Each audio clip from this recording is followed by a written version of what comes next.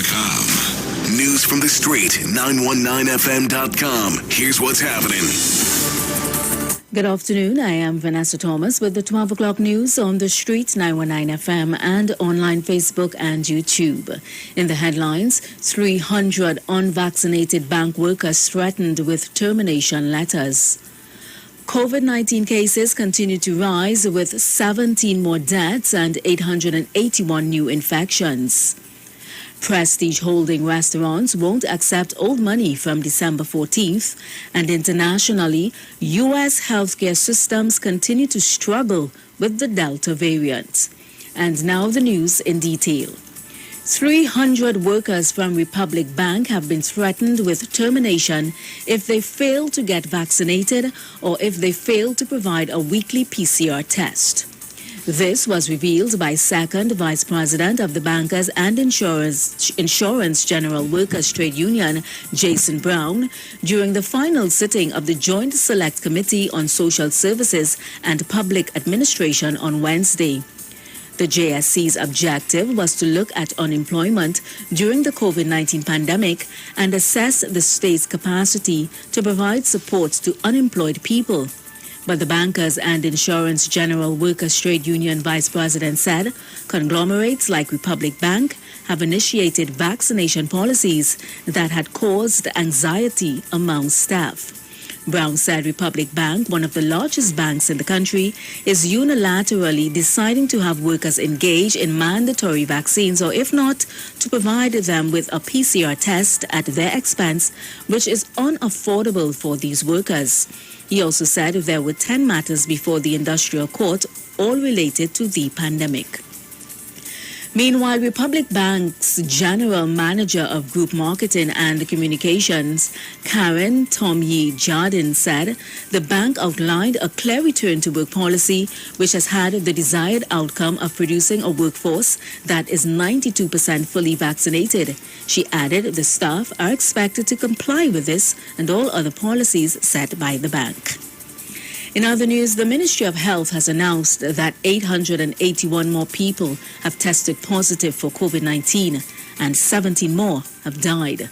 In its clinical update yesterday, the ministry said they were 8 elderly males, 7 elderly females, 1 middle-aged male and 1 middle-aged female. 15 of them had pre-existing medical conditions, while 2 had none. This brings the total number of COVID-19 related deaths in TNT to 2,320. In more news, Prestige Holdings restaurants will not be accepting old cotton notes from December 14th. The CEO of the conglomerate says this will give them enough time to deposit their money. The CEO added that the move is in line with what others in the industry are doing. Competitors have also announced cut-off dates beginning next week for accepting the old notes. From January 1st, 2022, only the new polymer banknotes will be legal tender. However, many businesses are opting to stop accepting these bills earlier so that they can be deposited to their banks ahead of the December 31st deadline. Internationally, U.S. health officials may be bracing for the Omicron variant to sweep through the country, but the Delta variant remains the more imminent threat as it continues to drive an increase in hospitalizations. Healthcare workers said their situations had been worsened by staff shortages brought on by burnout, illnesses and resistance to vaccine mandates. More than 55,000 coronavirus patients are hospitalized across the U.S., far fewer than in September, but an increase of more than 15% over the past 2 weeks. The United States is averaging about 121,300 coronavirus cases a day, an increase of about 27% from 2 weeks ago, and reported deaths are up to 12% to an average of about 1,275 per day.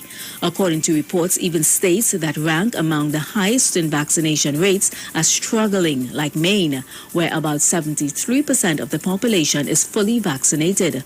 Over 200 million Americans are fully vaccinated.